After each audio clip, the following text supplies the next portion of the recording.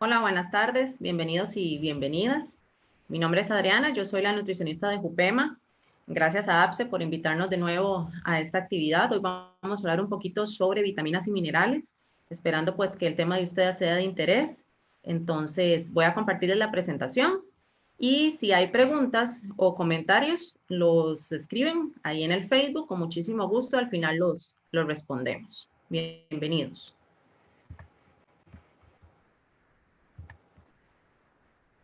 Ok, vamos a hablar de vitaminas y minerales y como dice ahí, a dónde los encontramos. Esto es muy importante porque ahora incluso con el tema de la pandemia me han preguntado montones o la gente ha estado muy preocupada con el tema, por supuesto, de la importancia de la alimentación saludable y cómo mantengo mi sistema inmune fortalecido y cómo me alimento mejor. Entonces, creo que es un tema de interés, sobre todo por la época en la que estamos y sí aclararles o sí comentarles que el tema de vitaminas y minerales, pues lo vamos a trabajar desde la forma más natural posible, ¿verdad? Y la idea es que usted conozca cuáles alimentos nos ayudan, a dónde los encuentro y ya van a ver pues que se facilita bastante si realmente tenemos una alimentación balanceada y sana, que esa es la idea, ¿verdad?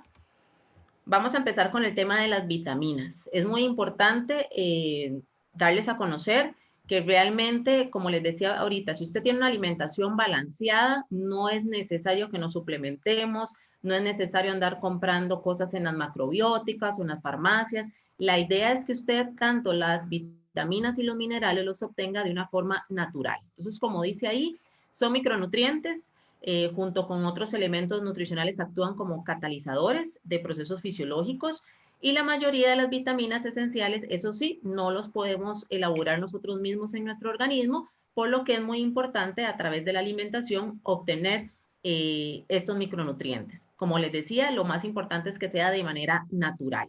Ahorita vamos a ver qué alimentos son los más importantes o los más relevantes. La dosis tal vez no es tan importante, pero sí dónde los encuentro e incluso a cuáles me ayudan o con cuáles tengo interacción también. Las vitaminas se clasifican en dos y esto va a ser de acuerdo a la solubilidad que tengan las vitaminas. Entonces, como vemos ahí, tenemos vitaminas hidrosolubles, que son solubles en agua, valga la redundancia, y las liposolubles, que son solubles en lípidos. Vamos a ir viendo cada una por separado para que no se les confunda también y sobre todo los alimentos a donde los encontramos.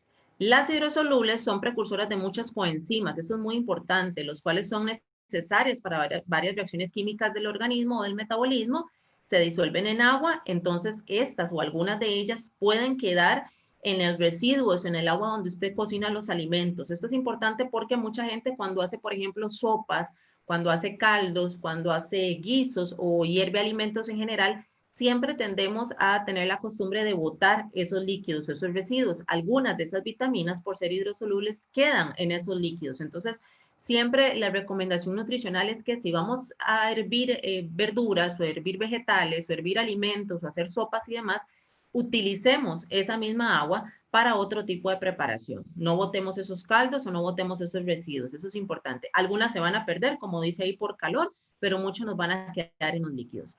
Este líquido, como les digo, se puede aprovechar bastante bien. Varios de ustedes conocen las famosas vitaminas que a veces nos mencionan del complejo B. Aquí les voy a mencionar algunas.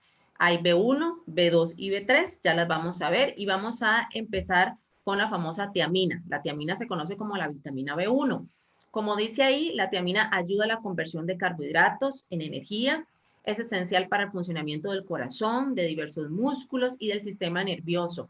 Las vitaminas del complejo B las oímos mucho, como por ejemplo cuando la gente anda buscando algo con que yo sentirme más energético o para mucho por el tema de memoria también o el trabajo mental. La tiamina se utiliza muchas veces incluso no solo para energía, sino famosa para que los mosquitos no nos piquen, entre otras cosas, ¿verdad? Pero en general las vitaminas del complejo B realmente no necesitamos ningún suplemento o complejo aparte, las obtenemos de alimentos como vienen ahí que ustedes los ven. Principalmente, por ejemplo, las vísceras, ¿verdad? Esto, por ejemplo, el hígado es una gran fuente de tiamina. El huevo, por ejemplo, también el huevo completo, que eso es muy importante. La gente tiende a separarme la yema y la clara. El huevo realmente debe comerse completo.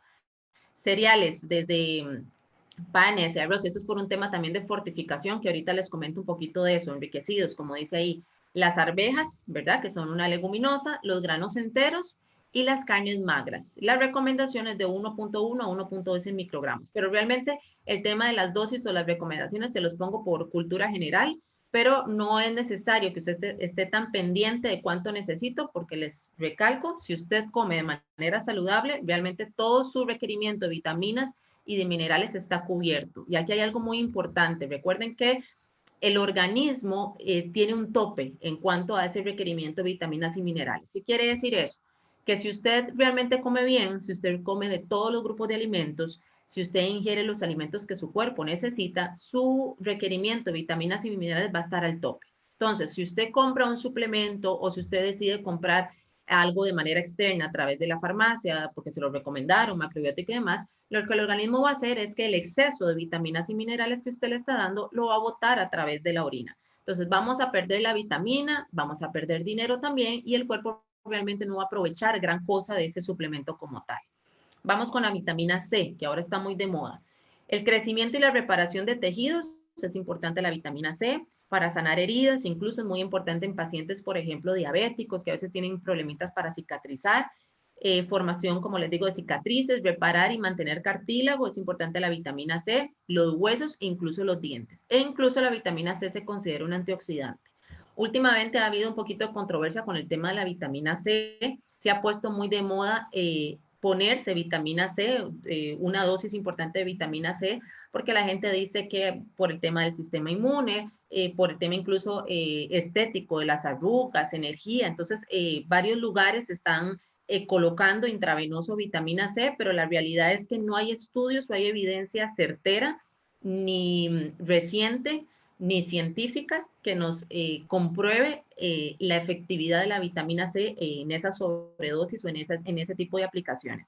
Yo lo que les puedo recomendar es que la obtenga de manera natural y en eso sí es muy importante recalcar que la importancia de consumir vitamina C, eso sí, todos los días, eso es muy importante. ¿A dónde la obtengo? La puedo obtener, por ejemplo, de frutas o vegetales como el kiwi, por ejemplo, la naranja, la vitamina C es muy conocida de los cítricos, ¿verdad? Pero también hay otros vegetales o incluso otras frutas que la contienen, las fresas, la espinaca, por ejemplo, fuente de vitamina C, a veces la gente no lo conoce, el repollo, la piña, el mango, el casa, el tamarindo, el limón, por ejemplo, también que son cítricos ya conocidos, que son fuente de esta importante vitamina. La vitamina C tiene una particularidad importante que es que dura muy poco, ¿verdad? Entonces, realmente si vamos a hacer un jugo de naranja o hacer un jugo de caso, un jugo de limón, sí es importante el consumo casi de inmediato para aprovechar al 100% la vitamina como tal, siempre de manera natural. Otra vitamina del complejo B que les comentaba, la B2, esa la conocida como la riboflavina, es importante para el crecimiento corporal, para la producción de glóbulos rojos, ayuda a lo que es la liberación de energía de los carbohidratos. Y la riboflavina la podemos obtener, por ejemplo, de los lácteos, de las semillas, como son las nueces, de carnes magras, de vegetales verdes y de las legumbres. En realidad, las vitaminas del complejo B prácticamente todas las obtenemos en productos cárnicos, ¿verdad? O derivados de origen animal. Entonces, es bastante sencillo su obtención y a menos que realmente yo tenga alguna deficiencia ya comprobada, pues se busca una suplementación, pero es bastante sencillo cubrir ese requerimiento. Y la tercera del complejo B es la niacina, que es la vitamina B3. Ayuda a lo que es el funcionamiento del aparato digestivo, ayuda a lo que es la piel, los nervios, ayuda a la conservación de alimentos en energía. Igual la obtengo de alimentos como el huevo, lo que les decía, los productos de origen animal, el pescado, las legumbres, los lácteos, algunos panes, algunas semillas como las nueces y las aves. En Costa Rica nosotros tenemos una política de fortificación, esto es una ley, ¿verdad? Entonces ustedes se van a encontrar que hay vitaminas y hay minerales que no es tan fácil a través de los alimentos obtenerla, pero gracias a Dios, y esto sale desde hace muchos años atrás a través de las deficiencias que hemos tenido en la población costarricense, nuestros alimentos o muchos de ellos están fortificados, ¿verdad? Por esta situación de esta ley que les comentaba. Entonces, ustedes se van a encontrar, por ejemplo, que dice leche descremada fortificada con hierro, fortificada con vitamina, fortificada con una cantidad de vitaminas y minerales. Sucede mucho con los lácteos, sucede mucho con los cereales, por ejemplo, sucede mucho con el arroz incluso, ¿verdad? De ahí entra un poquito también que mucha gente me pregunta la controversia, si hay que lavar o no lavar el arroz. El arroz de nuestro país es un arroz fortificado. El problema es que todas las vitaminas y todos los minerales que se le ponen en el arroz, si usted agarra el arroz y tarda mucho tiempo lavándolo, que mucha gente tiene la costumbre de lavarlo y lavarlo y lavarlo debajo del chorro, ¿verdad? De agua, pues prácticamente toda esa fortificación de vitaminas y minerales se va. Entonces, la recomendación es, si a usted no le gusta, porque la manipulación del arroz es un poquito complicada también, cocinar el arroz así tal cual, pues que le dé una pequeña lavada, pero no tan extensa, ¿verdad? Para poder todavía mantener un poco de la fortificación que se le da a este cereal en nuestro país, que es el arroz. La avena es fortificada también y hay otros, los aceites, incluso hay otros alimentos que vienen fortificados. El ácido pantoténico, eso es, no es muy conocido, en realidad con su nombre como tal, pero como dice ahí, ayuda a descomponer alimentos, a lo que es la degradación de los alimentos, es esencial para lo que es el crecimiento, igual que la niacina, ayuda a lo que es la producción de hormonas, que es bastante importante, e incluso a la producción de colesterol. ¿A dónde lo tengo? En alimentos como el aguacate, alimentos como el brócoli es fuente de vitamina C también, no lo puse en la imagen anterior, pero es fuente de vitamina C. Los huevos es fuente de ácido pantoténico, las vísceras, los champiñones, por ejemplo, que es una especie de hongo, los aves, las papas y los cereales. Con el tema de los huevos es importante comentarles también, y de ahí es donde viene la recomendación de por lo menos consumir 1 o 2 huevos diarios, ¿verdad? Antes el temor que existía del huevo por el tema del colesterol, pero ya sabemos que eso no es así. El huevo es uno, si no, el alimento más completo que podemos tener. Prácticamente incluye el 90% de las vitaminas y los minerales que vamos a hablar hoy. Y como les decía al principio, la idea es que el huevo se coma en su totalidad, completo. Recuerden que lo que es la clara es proteína, ¿verdad? Y el resto de los nutrientes se encuentran en su mayoría en la yema. Entonces, la recomendación sigue siendo 1 o 2 huevos diarios. Nos vamos al ácido fólico, que es otra que se considera también dentro del complejo B, es la B9. Y el ácido fólico es gracioso porque siempre tienden a confundirlo con el hierro. Si yo les pregunto el tema de las espinacas, si yo les pregunto, muchas veces me mencionan el culantro y coyote también, siempre asocian estos alimentos con hierro y realmente es ácido fólico de lo que estamos hablando. El ácido fólico, dice ahí, ayuda a lo que es el trabajo celular y al crecimiento, pero la función principal del ácido fólico es ser coayudante o transportador del hierro en sangre. Entonces son dos micronutrientes que se ayudan muchísimo, que se acompañan y que son necesarios los dos. Sus fuentes son completamente diferentes y de ahí les puse, por ejemplo, la imagen de la espinaca, porque es muy importante que hagamos esa clasificación. Todo lo que es de color verde o de hoja verde se refiere a ácido fólico. Las espinacas, las vainicas, el brócoli, la selga, la lechuga, las hojas de la remolacha, las hojas de los rábanos, que mucha gente las utiliza, coliflor un poco también, son culantro coyote, son fuentes de ácido fólico. Por años y toda la vida creímos que las espinacas contenían en su mayor cantidad hierro, y eso es un poquito la confusión que tiene la población. No es que no tienen hierro, sí tienen hierro, pero realmente su fortaleza o su mayor fuente es el ácido fólico. Ahora, tan importante es el ácido fólico como el hierro. Yo puedo tener deficiencia de ácido fólico y eso es un tipo de anemia, que de hecho en nuestro país corresponde al 53% de las anemias que se presentan en la población de adulto mayor por deficiencia de ácido fólico. Entonces no es de extrañar que a nuestra población adulta mayor les recomienden o les manden una pastillita de ácido fólico en la clínica o en el centro de salud a donde acuden a hacer sus consultas médicas, ¿verdad? Pero también si no consumo alimentos fuente de hierro, también puedo tener un tipo de anemia, que de hecho es la anemia más conocida, pero se da más en edades infantiles o adolescentes, ¿verdad? Entonces, tenemos que hacer esa separación y tenemos que conocer muy bien cuál tipo de anemia tengo para saber qué alimentos tengo que comer o en dado caso qué tipo de suplemento voy a necesitar para poder revertir esa patología. Entonces, siempre lo verde se va a referir a ácido fólico, por favor. Ok, estas eran las hidrosolubles y ahora tenemos las liposolubles, ¿ok? Tenemos por acá Las liposolubles son las que se disuelven en grasas y aceites, ¿ok? Se almacenan en el hígado y en los tejidos grasos debido a que se pueden almacenar en la grasa del cuerpo y no necesariamente hay que tomarlas todos los días. Entonces, sí, el cuerpo, nosotros las consumimos y tiende a tener una reserva. Si se consumen en exceso, que son más de 10 veces las cantidades recomendadas, pueden resultar incluso hasta tóxicas, ¿verdad? Son bastante estables al calor, no son como las otras que tienden a perderse, ¿verdad? Y se absorben en lo que es el intestino delgado con la grasa de los alimentos, ¿ok?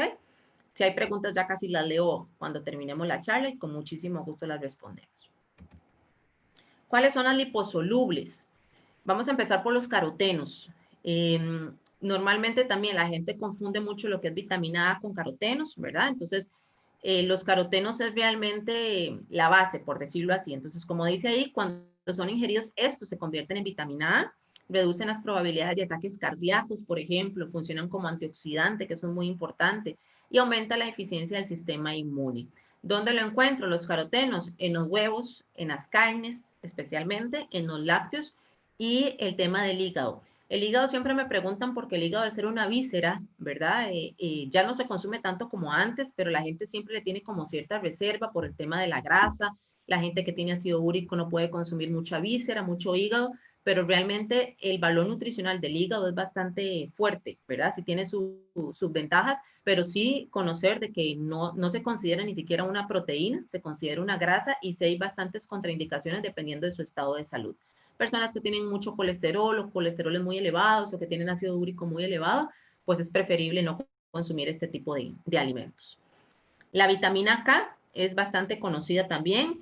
Se conoce como la vitamina antihemorrágica, ¿verdad? Su función principal es la coagulación sanguínea. Entonces, de ahí es que cuando la persona más bien tiene problemas de coágulos, o sea, que tiende a generar mucho coágulo en su organismo, les mandan un anticoagulante y lo primero que les dicen como recomendación es quite todo lo verde o quite todo lo que sea fuente de vitamina K, porque como la vitamina K nos ayuda a coagular, si la persona está tendiente a hacer esos coágulos, pues no puede consumir este tipo de alimentos. Entonces, ¿cuáles son los que tenemos que considerar cuando estamos hablando de vitamina K? El repollo, por ejemplo, la brócoli, las espinacas, el huevo, el pescado, el hígado, la carne de res, como les decía, especialmente todo lo verde, desde el culantro, el apio, todas las hojas que mencionamos ahora, la mostaza, la espinaca, el brócoli, la vainica, la selga, la lechuga, todo eso es fuente de vitamina K. Entonces, es la vitamina antihemorrágica como tal. La vitamina E es bastante conocida también. La gente la conoce mucho por temas de piel, cuidado de piel, hidrata mucho la piel, ¿verdad? Entonces vemos productos, por ejemplo, cosméticos con vitamina E, cremas para la piel con vitamina E, por ejemplo, ¿verdad? Entonces, como dice ahí, la protección contra radicales libres, ¿verdad? Nos ayuda a protegernos, nos ayuda a lo que es el mantenimiento del sistema inmune, a la formación de glóbulos rojos. La encuentro mucho en nueces, en semillas, en cereales fortificados. Entonces, todo esto que me ayuda, por ejemplo, a hidratar la piel, que es a base, por ejemplo, de semillas como la almendra, aparte de hidratarnos, nos proporciona esta vitamina también. Bastante sencillo realmente de obtener, ¿verdad? Y sobre todo en productos que vienen con esa adición, con esa fortificación. La vitamina D es bastante conocida. Vean lo que dice ahí, nos ayuda a la absorción del calcio. Y aquí me voy a detener un poquito porque normalmente cuando tenemos alguna condición como lo que es osteopenia u osteoporosis, la gente solo se preocupa por el tema del calcio. Realmente la densidad ósea o los huesos no están formados solo de calcio, los huesos están formados de muchísimos otros minerales, de magnesio, por ejemplo, ocupa vitamina D, ocupa selenio, incluso fósforo, otros minerales importantes también. Evidentemente el que más resalta es el calcio, pero realmente el tratamiento que yo voy a tener con respecto a la absorción del calcio que me mandó el doctor o que me mandó el médico es o va a ser bastante efectivo si yo lo combino con la vitamina adecuada, que en este caso va a ser la vitamina D. El calcio no se le va a absorber si no tengo la cantidad de vitamina D que mi cuerpo necesita. Entonces, de ahí es donde normalmente viene la pastilla con las gotas de vitamina D o viene en conjunto. Y es muy importante que se lo tomen así, juntos, ¿verdad? ¿De dónde obtengo la vitamina D? Del sol, que es la principal fuente, ¿verdad? Y de alimentos fortificados. Y aquella persona que necesita ya pues un suplemento, que está tomando calcio y demás, viene junto con el suplemento de calcio ya aparte. ¿Ok? Ok, esas eran las vitaminas. Vamos a ver qué están preguntando por acá. Denme un segundito. Ok, dice acá por el chat, me preguntan a Yoleni, ¿por qué se dice que no debo mezclar verduras con frutas? Bueno, a ver, no es que usted no debe mezclar. En realidad, acuérdense que todos los alimentos, cuando hablamos nosotros de alimentación o de nutrición, hablamos de diferentes grupos de alimentos. Entonces, tal vez, no sé si más bien hay un poquito de confusión de parte de doña Yoleni en cuanto a las porciones o demás, porque en realidad el concepto de alimentación saludable es que usted de todos esos grupos de alimentos pueda agarrar un poquito de cada uno de ellos y obtener lo que sus nutrientes, lo que su organismo necesita en cuanto a vitaminas y nutrientes. Si usted no come productos de origen animal, si usted no consume lácteos, si usted no consume cereales y leguminosas, si usted no consume frutas y vegetales, vamos a empezar a tener deficiencias. A veces la gente lo que tiene, no sé si más bien es por ahí la pregunta, lo que le da miedo es combinar, por ejemplo, las frutas, porque dice la gente que si yo combino frutas ácidas con frutas dulces es complicado o peligroso, ¿verdad? No hay ninguna contraindicación. Yo siempre le digo a la gente, mire, su estómago no tiene horario, su estómago no es realmente selectivo, a menos que tenga una situación de salud importante, pero la idea de que usted coma saludable es que usted mezcle y obtenga de todos los grupos nutrientes que su cuerpo necesita. Entonces, normalmente, ¿qué hacemos con las frutas? Bueno, las frutas depende de su estilo de vida o de los horarios que usted tenga. Por costumbre, ¿qué hacemos? Bueno, las frutas tendemos a comerlas más en horas de la mañana. Entonces me como una fruta en el desayuno, me como una fruta a media mañana. Los vegetales, ¿cuál es la costumbre? Comerlos en el almuerzo y en la cena. Pero nada tiene de malo que, por ejemplo, usted haya almorzado hoy, haya comido una ensalada, por ejemplo, de lechuga, tomate, pepino, que es lo más sencillo, y de postre se coma una mandarina que tenía por ahí en la casa. Lo va a combinar, se va a absorber absolutamente todo y no hay ningún problema. Ahora, si hay alimentos que a la hora de ingerirlos, y eso va a depender mucho de su sensibilidad digestiva, puede ser que me cause un problemita ahí de reflujo, un problemita ahí de malestar, de gastritis, pero eso no lo podemos hablar de manera general. Eso va a depender de su estómago, de su sensibilidad y de su tolerancia. Pero no hay problema en mezclar vegetales o frutas. Si me como la piña con el banano, habrá gente que le cae bien, hay gente que no lo tolera, pero eso va a ser muy individualizado y va a depender mucho de la tolerancia de la persona. ¿Ok? Minerales. Aquí tenemos varios, ¿verdad? Tenemos, por ejemplo, el calcio, que les hablaba ahora con respecto a el tema de los huesos, ya vamos a hablar de eso. El zinc también. Tenemos el potasio, tenemos el hierro, tenemos el magnesio, tenemos el cromo y tenemos el yodo y el fósforo. Unos muy conocidos, otros no tenemos ni siquiera idea de dónde están, pero yo le aseguro que cuando le presente los alimentos le va a ser fácil identificarlos. Vamos con el calcio.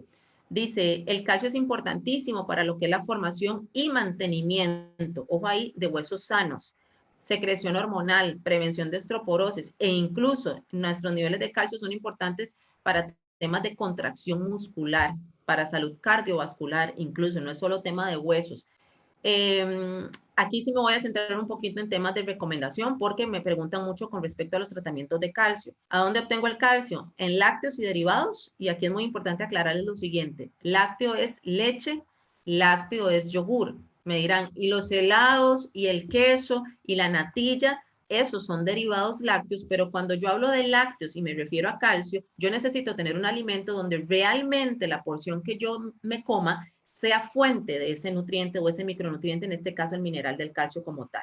Entonces, si usted me habla de queso, para que el queso que usted se come y que yo me como realmente sea una fuente de calcio, necesito comer mucho queso. En cambio, si yo me tomo un vaso de leche, ya tengo una buena cantidad de calcio. Entonces, si hacemos la diferencia o hacemos la selección entre leche y yogur, me aporta más el yogur que la leche. Entonces, por ejemplo, un vaso de yogur me aporta alrededor de 450 miligramos de calcio. Un vaso de leche me aporta alrededor de 330, 350, dependiendo de la leche que me estoy tomando. En nuestro país hay mucha la variedad de lácteos o de leches que hay. Hay leche descremada, leche 2%, leche entera, leche pinito, leche extra calcio, leche de almendras. La variedad ahora es enorme porque también, gracias a Dios, nos hemos diversificado un poco de acuerdo a la necesidad de la gente. Entonces, el que es intolerante toma su leche deslactosada. El que necesita más nutrientes toma su leche entera. El que se está cuidando con el colesterol toma su leche baja en grasa. ¿Ok? Realmente todas esas son diferencias en cuanto a grasa o lactosa, pero la mayoría de los lácteos que venden en nuestro país tienen el mismo contenido de calcio. Repito, un vaso de leche aporta alrededor de unas 300-350 miligramos de calcio. Entonces, si yo necesito, yo quiero cubrir mi necesidad de calcio con queso, por ejemplo, necesito una enorme cantidad de queso, porque una tajada mediana o pequeña de queso me aporta muy poquito, me aporta 80, 100 miligramos de queso, es muy poco, ¿ok? Entonces tendría que comer muchísimo queso para cubrir esa necesidad. Natilla se considera grasa, ¿verdad? No lo consideramos ni incluso ni como lácteo, y los helados también. Entonces, por eso es que cuando nos referimos a lácteo, nos referimos a leche o yogur. El aporte de grasa usted lo va a escoger, usted lo va a decidir de acuerdo a su estado de salud. Tenemos también como fuente de calcio, porque la gente cree que solo la leche aporta calcio, los vegetales de hoja verde. Entonces, otra vez, como los fuente de ácido fólico, la espinaca, el brócoli, la selga, la vainica son fuente de calcio, las semillas e incluso, me falta ahí, las leguminosas. Mucha gente, su real aporte de calcio viene de los frijoles, viene de los garbanzos, viene de las lentejas. Y en Costa Rica, gracias a Dios, tenemos esa ventaja de la mayoría de nosotros comer frijoles todos los días o algún tipo de leguminosas, ahí obtengo calcio también. El requerimiento de calcio son entre 1000 y 1200 para personas adultas. Ahora, si soy una persona que ya tiene una condición que se llama osteopenia u osteoporosis, posiblemente su médico le va a mandar un tratamiento que incluye calcio externo como suplemento. ¿Qué quiere decir eso? Que si mis requerimientos son 1200 y a mí me mandaron una pastilla de 600, no quiere decir que yo me voy a tomar 2 pastillas para cubrir los 1200.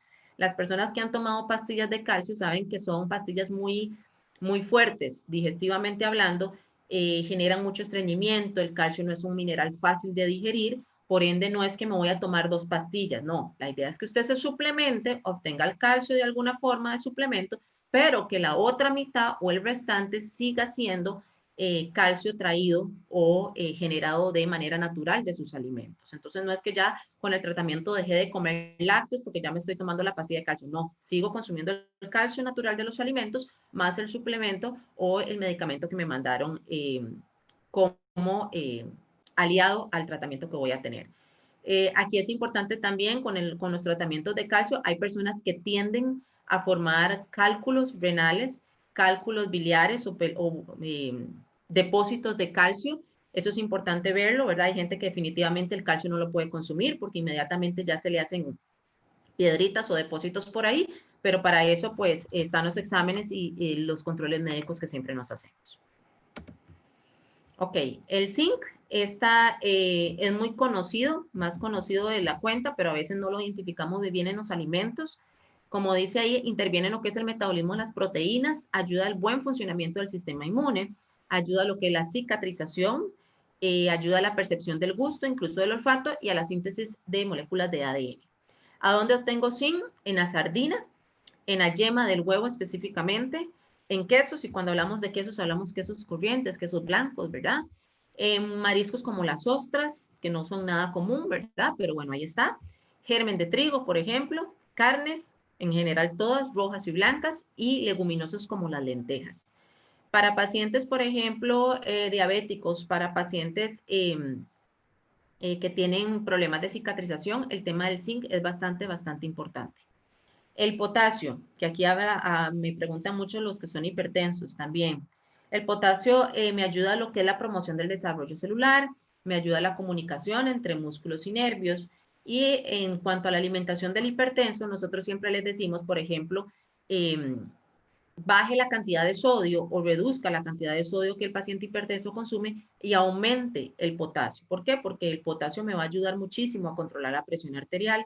Entonces, es muy importante porque también cuando hablamos de potasio, la gente lo primero que asocia a potasio es el banano, el plátano o el guineo o cualquier alimento proveniente de esta familia, ¿verdad? Entonces, sí es importante que, por ejemplo, pensemos en potasio y otro montón de alimentos que ahí se los presento, como ustedes los tienen en pantalla. Por ejemplo, las uvas, las moras, Los vegetales de hoja verde son fuente de potasio. La zanahoria, la papa, la naranja, la toronja. Ahí me falta, por ejemplo, el tomate. Tenemos, por ejemplo, la granadilla, es fuente de potasio. Realmente son montones de alimentos fuentes de potasio que yo puedo obtener de manera muy variada. Prácticamente los tenemos todo el año para que la gente no crea que solo el banano y el plátano o los frijoles me van a ayudar. Realmente son bastante los alimentos que tenemos como aliados del potasio. Para los hipertensos, por ejemplo, hay sustitutos de sal, que la gente me pregunta mucho. En lo que hace el sustituto de sal es bajar el sodio y a ese sustituto le ponemos potasio precisamente para que me genere un efecto más bien beneficioso en la salud. De ahí es que los sustitutos de estos traen un sabor un poquito diferente, un poquito amargo, porque más bien es por la adición de este micronutriente. ¿Okay? Hierro, bastante conocido, importante para lo que es la formación de la hemoglobina y la mioglobina, perdón, a nivel sanguíneo. El hierro está prácticamente en todas las leguminosas y prácticamente en todas las carnes. Ahora, la disponibilidad del hierro no es la misma en todos los alimentos. Entonces, en lo que es garbanzos, frijoles o lentejas, realmente el hierro es de buena calidad, ¿verdad? Aquí es muy importante las interacciones, aquí sí. Entonces, si yo realmente lo que quiero es obtener hierro al 100% para prevenir una anemia, por ejemplo, o porque soy una persona que desde pequeñito me suplementaron con hierro y siempre estuve ahí con niveles un poquillo bajillos. Si yo lo que quiero es realmente obtener el 100% de hierro de mis alimentos, lo ideal es consumir hierro junto con vitamina C. La vitamina va a hacer que prácticamente todo ese hierro se absorba en mi organismo. Contrario sucede si yo consumo hierro y lo combino con lácteos, por ejemplo. Entonces, si usted, a ver, consumió gallo pinto hoy en la mañana, pero le puso una tajada de queso a la par o se tomó un vaso de leche, sepa que ese lácteo con el que usted acompañó el gallo pinto va a interferir un poco con la absorción de hierro. Si usted almuerza arroz y frijoles o comió garbanzos, en el almuerzo ojalá tenga a la par un vaso de fresco de cas, ojalá le ponga limón a la comida o a la ensalada, ojalá tenga por ahí un fresco de limón, de tamarindo, de naranja, que tiene bastante vitamina C para que aprovechemos 100% el hierro de esos garbanzos, de esos frijoles que consumimos en el almuerzo. Las leguminosas, decíamos, los huevos también son fuente de hierro, el hígado otra vez, los cereales, y aquí van a ver ustedes mucho lo que es avena, lo que es panes, lo que son arroces, que incluso dice fortificado con hierro, las aves, ostras, salmón, atún, esos son fuente de hierro también, ¿ok? El magnesio, otro mineral bastante conocido e importante, se puso muy de moda hace unos meses o unos años atrás, en donde la gente empezó a consumir, a ver, cloruro de magnesio como suplemento, ¿ok? Pero el problema de estos suplementos es que la gente se informa del suplemento y de los beneficios, pero ni sabe cuánto magnesio tenemos en sangre, ni sabemos si realmente el magnesio lo necesitamos. Y yo siempre les digo lo mismo, recuerden que todos los minerales, al ser minerales, son de difícil absorción y de difícil filtración. Por ende, si mi cuerpo no lo necesita, en algún lado de mi cuerpo se van quedando, ¿verdad? Se van quedando y después empiezo a tener problemitas, por ejemplo, les decía ahora de cálculos, ¿verdad?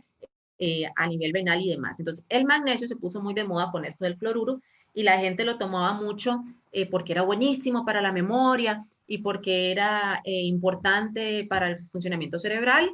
Sí, es muy importante, pero es tan importante mejor que lo obtengamos de manera natural. ¿Ok? Entonces, ¿por qué es importante el magnesio? Para la contracción muscular es importantísimo, para el funcionamiento de ciertas enzimas, para lo que es la producción y transporte de energía y para la producción de proteínas, entre otras cosas. ¿A dónde obtengo magnesio?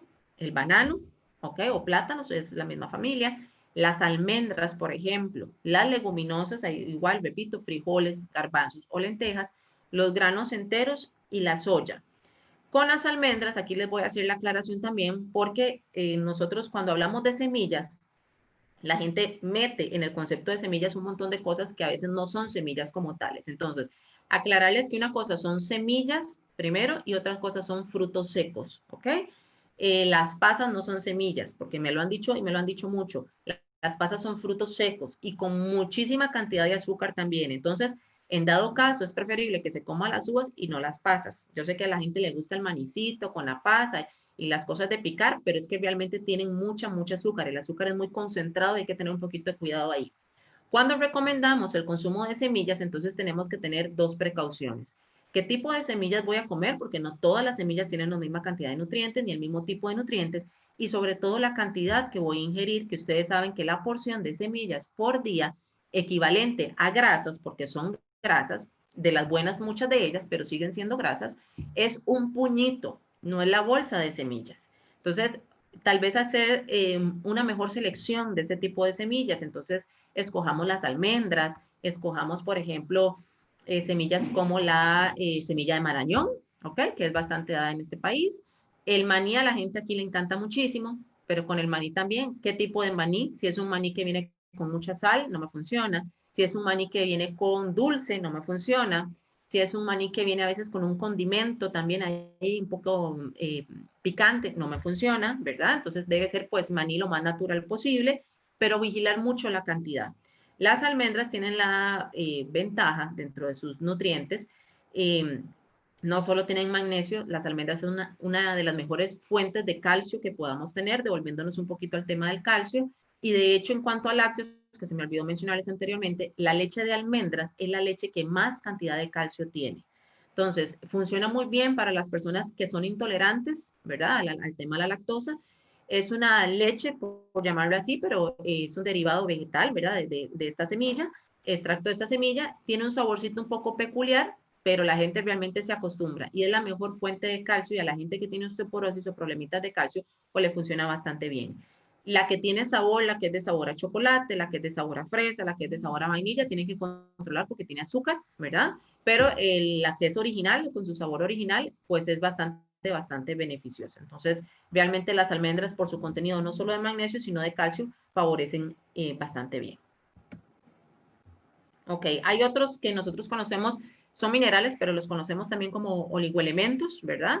Está el cromo, está el yodo, está el fósforo, entre otros, el selenio incluso. Entonces, para comentarles un poquito acerca del cromo, por ejemplo, este es importante para el metabolismo de lo que son los carbohidratos y lo que son las grasas.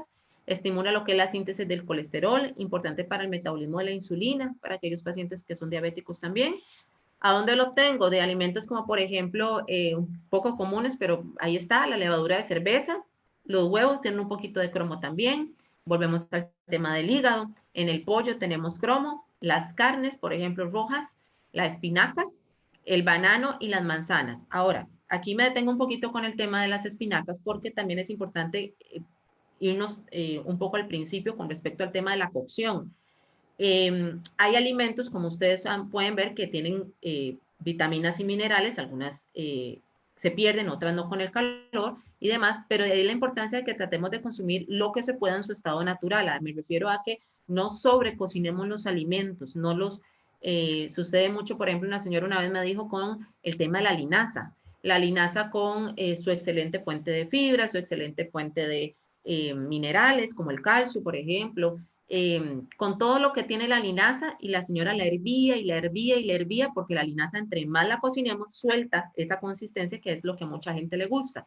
Entre más hierva la linaza, entre más molida esté la linaza, entre más cocinada esté, más nutrientes vamos a perder. Entonces, eso sucede con todos los alimentos, sucede con el proceso de molienda, sucede con el proceso de cocción, sucede con la congelación de los alimentos, que lamentablemente pues en la congelación se pierden algunas vitaminas y minerales y sobre todo va a influir mucho cómo descongelo yo los mismos, que son cosas que tenemos que hacer por manipulación y por preservación de alimentos, pero tratar por lo menos en lo que es la cocción, no sobrecocinarlos tanto, no hervirlos demasiado, ponerles calor pero no tan fuerte también para que las vitaminas y los minerales no se vayan a perder tan rápido, ¿ok?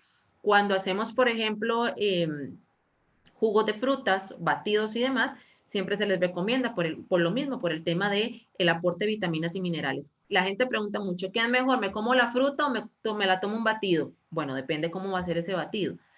Siempre va a ser mejor la fruta natural. Ahí usted tiene todas las vitaminas, todos los minerales, obtiene la fibra de la fruta. Si yo paso eso por una licuadora y por un colador, lo único que voy a obtener es el azúcar de la fruta. Toda la fibra se me quedó en el colador y muchas vitaminas y minerales las voy a perder. Pero si usted agarra las frutas de su preferencia, las licúa y se toma ese licuado sin colarlo, es una excelente opción también. Se los menciono porque para mucha gente es más fácil licuar los vegetales, es más fácil licuar la fruta. Sí vamos a perder un poquito, pero realmente aquí la clave es no colarlo. A como sale del vaso de la licuadora, así se lo van a tomar y así van a obtener pues la fibra, los minerales y las vitaminas que tiene. Mucha gente hace sus batidos en las mañanas, sus batidos verdes, sus batidos de frutas y vegetales, tienen la fruta congelada, con eso los fabrica y está bien, es una opción con tal de que nos comamos la fruta y los vegetales, para mucha gente pues es lo más fácil, ¿ok? Tenemos el yodo, que no les había mencionado. El yodo es necesario para lo que es el metabolismo normal de las células, importante para lo que es el funcionamiento de glándulas tan importantes para el metabolismo como la tiroides. Entonces, la principal fuente de yodo en nosotros son los productos de origen del mar. Vea que ahí se menciona los mariscos, se menciona incluso las algas. Primero, no somos una cultura en donde nosotros consumamos algas realmente. Y mariscos, el tema de los mariscos en Costa Rica es complicado. Solo realmente la gente que vive en puerto, que vive en costa, tiene más acceso a mariscos. El consumo de pescado y mariscos en nuestro país es realmente muy, muy bajo por un tema de acceso, por un tema de manipulación, por un tema de costo, incluso también se nos complica un poquito.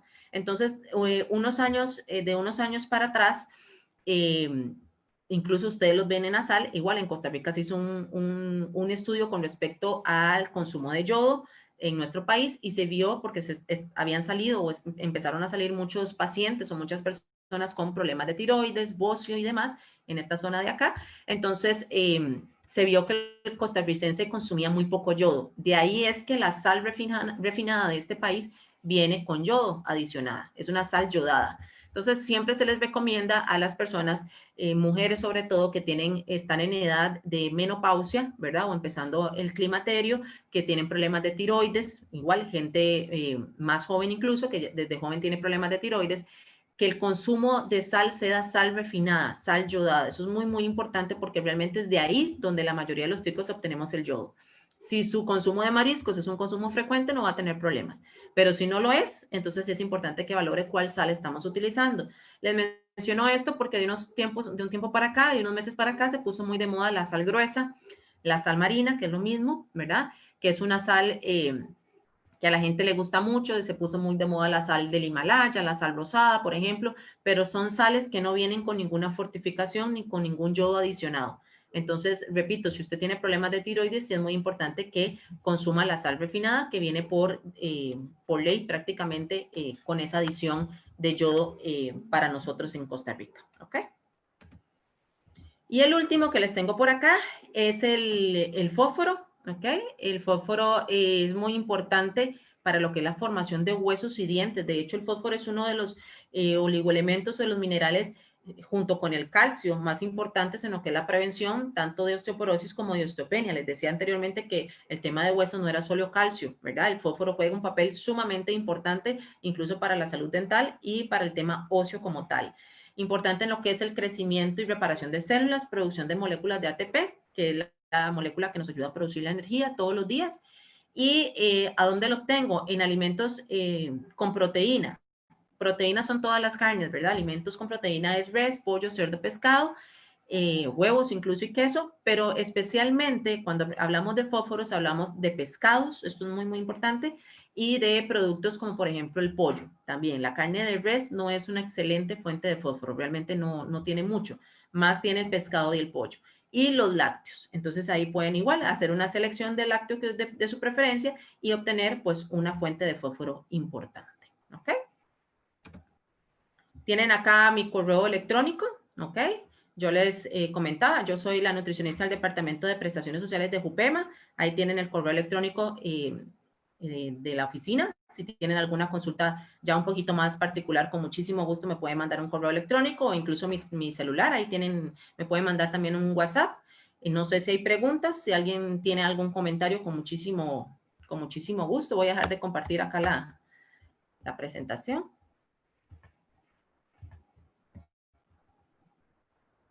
Okay. ¿Hay preguntas? No sé si habrá preguntas. Ok, no hay preguntas. Entonces, igual, cualquier cosa que ustedes quieran comentar o demás, me pueden hacerlo llegar por correo electrónico. Muchas gracias a los que se conectaron y nos vemos la próxima. Muy amables.